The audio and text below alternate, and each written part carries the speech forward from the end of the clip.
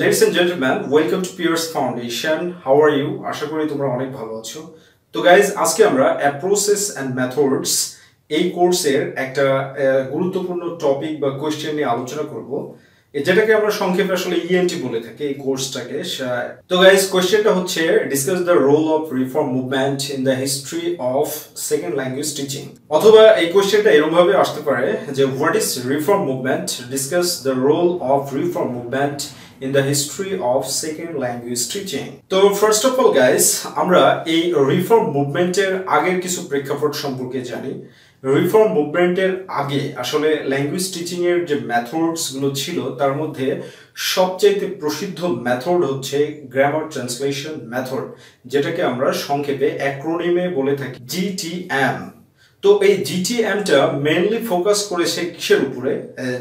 Structure এবং translating মেথডের উপরে মেইনলি ফোকাস করেছে। এবং এই মেথডটা আসলে classical method of second language teaching হিসেবেও পরিচিত। Specially in our country grammar translation মেথডের উপরে শিক্ষাগুলো দেওয়া হয়ে থাকে, স্পেশালি যেগুলো ইংলিশ মিডিয়াম স্কুল না, বেঙ্গলি মিডিয়াম স্কুলগুলোতে। ইংলিশ মিডিয়াম স্কুলগুলোতে এর প্রেক্ষাপটটা আলাদা। তো এই মেথডটা আসলে 19th সেঞ্চুরির মধ্যে এই মেথডটার সমালোচনা চলে আসে। আর এই সমালোচনার আসার পিছনে কারণ হচ্ছে রিয়েল ওয়ার্ল্ড কমিউনিকেশনের জন্য লার্নার্সরা যে কম্পিটেন্স প্রয়োজন গাইজ, সেই কম্পিটেন্সটা পাচ্ছিল না। ইনসাফিসিয়েন্ট টেকনিক্স এবং আউটপুট ছিল, যার কারণে এটা একটা সমালোচনায় আসে। আর সমালোচনায় আসার ফলে একটা মুভমেন্ট বা রিফরমেশনের প্রয়োজন ছিল, আর সেটাই ঘটেছে এই গ্রামার ট্রান্সলেশন মেথডের বেসিক্যালি সমালোচনার কারণে। তো এবার গাইজ, রিফর্ম মুভমেন্টকে আমরা ভেঙে ভেঙে বুঝি। রিফর্ম বলতে আমরা কি বুঝি? রিফর্ম বলতে বোঝানো হয় হচ্ছে আসলে reform means to make change or improvement or repairing or rectification, পরিবর্তন করা অথবা উন্নতি করা অথবা পুরো মেরামত করা অথবা সংশোধন করা, এটা হচ্ছে রিফর্ম। আর যদি মুভমেন্ট বলো তাহলে কি হবে? প্রচলিত কোনো মতামত বা নিয়ম কানুনের বিরুদ্ধে একটা রুখে দাঁড়ানো, সেটাই হচ্ছে মুভমেন্ট। তাহলে reaction against the established rule or idea, এটা হচ্ছে মুভমেন্ট। তাহলে রিফর্ম মুভমেন্টটা কি? একটা এস্টাবলিশড রুল আর আইডিয়ার এগেনস্টে দাঁড়িয়েছিল। আর সেই এস্টাবলিশ রুল বা আইডিয়া কি? GTM, grammar translation method. আর এর ফলে রিফর্ম মুভমেন্টটা হয়েছে। আর রিফর্ম মুভমেন্টের ফলে সেকেন্ড ল্যাঙ্গুয়েজ টিচিং মেথডস টেকনিক্সে ব্যাপক পরিমাণে পরিবর্তন সাধিত হয়েছে। তো আমরা গাইস এবার নেক্সট পয়েন্ট যেটা নিতে পারি সেটা হচ্ছে the role of reform movement in language teaching focusing on the principles। এই পয়েন্টটাকে আমরা কিভাবে এলাবোরেট করব এবং তারপরে মূল আলোচনায় চলে যাব, সেটা হচ্ছে যে এই রিফর্ম মুভমেন্টের জন্য বেসিক্যালি তিনজন লিঙ্গুইস্টস গুরুত্বপূর্ণ ভূমিকা পালন করেছিল। এক নম্বর হচ্ছে হেনরি সুইট, ইংল্যান্ডের তিনি একজন লিঙ্গুইস্ট। ইনি একাধারে একজন ফিলোলজিস্ট এবং তিনি ফনেটিশিয়ানস, গ্রামারিয়ান। এর পরবর্তীতে একজন জার্মান বিখ্যাত লিঙ্গুইস্ট যার নাম হচ্ছে উইলহেম ভিয়েটর। এরপরে আরেকজন হচ্ছে ফ্রান্স একজন লিঙ্গুইস্ট যিনি আইপি এর ফাউন্ডার, তার নাম হচ্ছে পল প্যাসি। এরা তিনজন খুব গুরুত্বপূর্ণ ভূমিকা পালন করেছিল রিফর্ম মুভমেন্টের জন্য, এবং তারা বেশ কিছু প্রিন্সিপালস প্রদান করে। 8 to 10 প্রিন্সিপালস, প্রাইম প্রিন্সিপালস তারা প্রদান করেছিল। এই প্রিন্সিপালস গুলোর উপরে ভিত্তি করে পরবর্তীতে সেকেন্ড ল্যাঙ্গুয়েজ টিচিং যে মেথডস আর টেকনিক্স, সেগুলো ব্যাপকভাবে পরিবর্তন হয়েছিল। তো এই টেকনিক্স বা টিচিং গুলোর মধ্যে যে পরিবর্তনগুলো হয়েছিল তার মধ্যে ফার্স্ট নাম্বার হচ্ছে speaking and asking language teaching.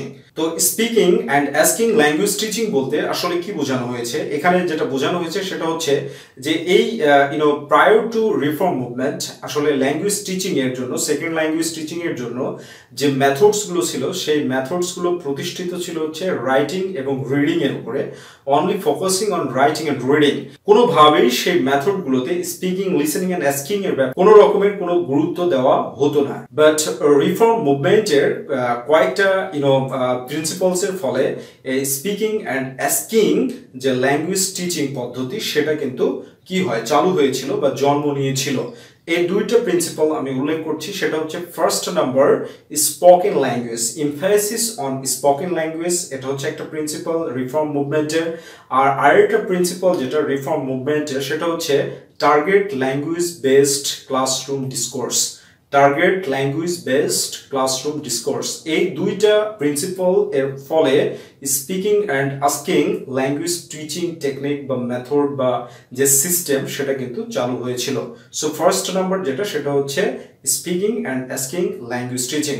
Second number যেটা গাইস সেটা হচ্ছে IPA based language teaching. IPA এটা অ্যাক্রোনিম, এর পূর্ণরূপ হচ্ছে ইন্টারন্যাশনাল ফনেটিক অ্যাসোসিয়েশনস অথবা ইন্টারন্যাশনাল ফনেটিক অ্যালফাবেটস। এখানে ইন্টারন্যাশনাল ফনেটিক অ্যাসোসিয়েশনস বা অ্যালফাবেটস এটার উপরে দেখো এটা খুবই একটা গুরুত্বপূর্ণ ব্যাপার, কারণ এখানে আসলে শুধুমাত্র রিডিং এবং রাইটিং এর উপরে যখন ফোকাস করা হয় তখন ফনেটিক্সটার উপরে গুরুত্ব দেওয়া হয় না। স্পেশালি তুমি যদি আমাদের দেশের প্রেক্ষাপটের দিকে তাকাও তাহলে দেখতে পাবে যে আমাদের ফনেটিক্সটা খুবই পুয়ার একটা ফনেটিক্স। যেমন আমরা বলি পোর ম্যান, আসলে পোর ম্যান না, পুয়ার ম্যান। এই যে এইভাবে যে ফনেটিক্সটার উপরে জোর দেওয়া, আর এই ফনেটিক্সটার উপরে জোর দেওয়ার পিছনে গুরুত্বপূর্ণ ভূমিকা পালন করেছে রিফর্ম মুভমেন্টের অনেকগুলো প্রিন্সিপালস। তার মধ্যে একটা গুরুত্বপূর্ণ প্রিন্সিপাল হচ্ছে phonetics and modern linguistic studies. Phonetics and modern linguistics studies এই প্রিন্সিপালটার ফলেই সেকেন্ড ল্যাঙ্গুয়েজ টিচিং এর ক্ষেত্রে আইপিএ এটা কিন্তু প্রচলিত হয়ে গিয়েছিল। তো IPA international phonetic alphabets or association এটা মূলত 1880 স্টার্ট অথবা 1886 সালে এটা এস্টাবলিশড হয়। তো এটা যে রিফর্ম মুভমেন্টের প্রিন্সিপালের ফলে IPA based language teaching, second language teaching এই পদ্ধতিটা আবিষ্কৃত হয়েছে বা প্রচলিত হয়েছে। এর পরবর্তীতে যেটা আসে সেটা হচ্ছে inductive grammar teaching. Inductive grammar teaching এটা খুবই একটা গুরুত্বপূর্ণ ব্যাপার। তো এখানে আমি তোমাদেরকে ইন্ডাকটিভ অ্যান্ড ডিডাকটিভ মেথড সম্পর্কে একটু ক্লিয়ার করে নিই।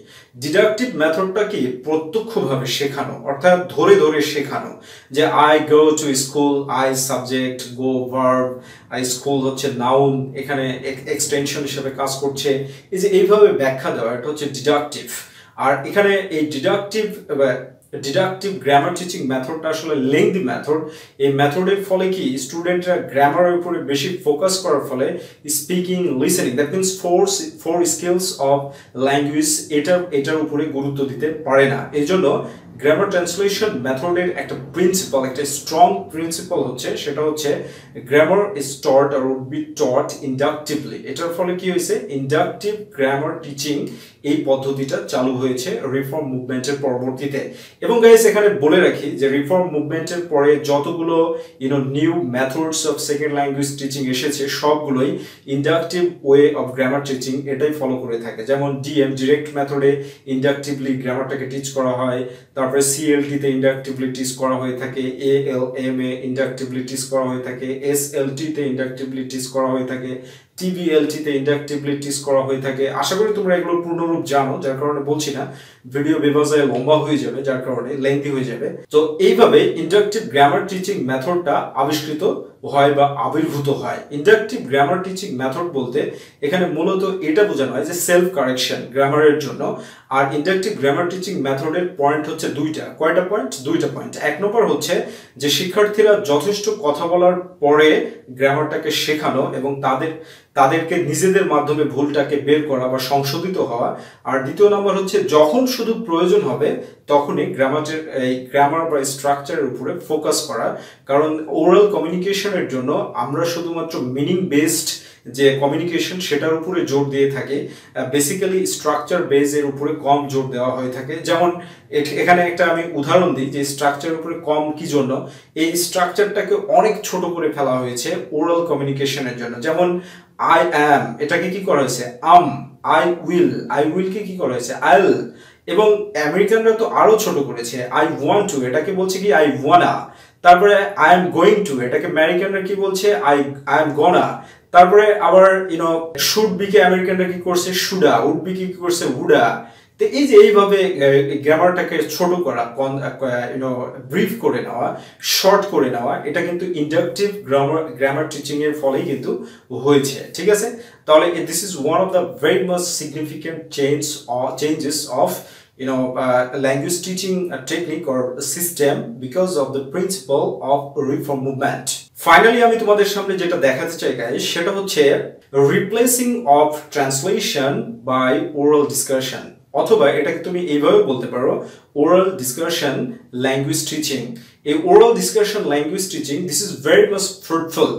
এখানে ডিসকাশনের মাধ্যমে যখন শেখা হয় তখন কি হয়, প্রবলেমগুলো ব্যাপকভাবে সলভ হয়ে থাকে এবং আমাদের মধ্যে যে অ্যাফেক্টিভ ফিল্টার রয়েছে, অ্যাফেক্টিভ ফিল্টার, এই অ্যাফেক্টিভ ফিল্টারটা হয়ে থাকে। অ্যাফেক্টিভ বলতে তো বুঝো, কারণ অ্যাফেক্টিভ বলতে বোঝানো হচ্ছে mental stress, anxiety, confusion, doubt. That means যতগুলো মানসিক প্রতিবন্ধকতা রয়েছে সেই প্রতিবন্ধকতাগুলো দূর করা, এটাই হচ্ছে অ্যাফেক্টিভ ফিল্টার। এই অ্যাফেক্টিভ ফিল্টার শুধুমাত্র তখনই সম্ভব হবে যখন ওরাল ডিসকাশনের মাধ্যমে টার্গেট ল্যাঙ্গুয়েজটাকে টিচ করা হবে বা শেখানো হবে বা পিক আপ করা হবে, যেটাই বলে থাকো না কেন সেটার মাধ্যমে সম্ভব হবে। তো এখানে আমি ওরাল ডিসকাশন বেস যে এই গ্রামার কথা বলা হয়েছে, এটা আসলে ট্রান্সলেশনটাকে রিপ্লেসমেন্টের মাধ্যমে। আর এখানে মূলত দুইটা প্রিন্সিপাল রিফর্ম মুভমেন্টের কাজ করছে। এক নম্বর যে প্রিন্সিপালটা, সেই প্রিন্সিপালটা হলো অ্যাভয়েডেন্স অফ ট্রান্সলেশন, আর দ্বিতীয় নম্বরটা হচ্ছে inclusion of everyday vocabulary and phrases. তো এর কারণে কিন্তু রিফর্ম মুভমেন্টের এই প্রিন্সিপালস এর কারণেই কি হচ্ছে, ওরাল ডিসকাশন ল্যাঙ্গুয়েজ টিচিং মেথডের আবির্ভাব হয়েছে। তো আমরা কনক্লুশনে একটা মতামত দিতে পারি যে এইভাবে রিফর্ম মুভমেন্টটা পুরো প্রেক্ষাপটকে সেকেন্ড ল্যাঙ্গুয়েজ টিচিং এর পরিবর্তন করেছে এবং জন্ম দিয়েছে বিভিন্ন effective target language teaching methods এর, যেমন ডিএম, সিএলটি, তারপর হচ্ছে এসএলটি, তারপর এরকম এএলএম, এগুলোর জন্ম দিয়েছে। তো এইভাবেই লেকচারটাকে শেষ করছি। আশা করি তোমাদের কনসেপশন ক্লিয়ার হয়ে গিয়েছে। তো গাইস, এই লেকচারটা নোট পাওয়ার জন্য তোমরা আমাদেরকে ফোন করতে পারো, আমাদের ওয়েবসাইট ভিজিট করতে পারো, বা ডেসক্রিপশন বক্সের লিংক থেকে নোটটাকে কালেক্ট করতে পারো। আর আরেকটা ব্যাপার, ভিডিওটা থেকে যদি যারা পরিমাণ তুমি উপকৃত হও তাহলে অবশ্যই তোমার বন্ধুদের সাথে শেয়ার করবে এবং জুনিয়রের সাথেও শেয়ার করবে। এটা ইনফরমেশনটা দিবে যে পিয়ার্স ফাউন্ডেশন লেকচারগুলো অনেক হেল্পফুল। পরবর্তী লেকচার পর্যন্ত আল্লাহ হাফেজ।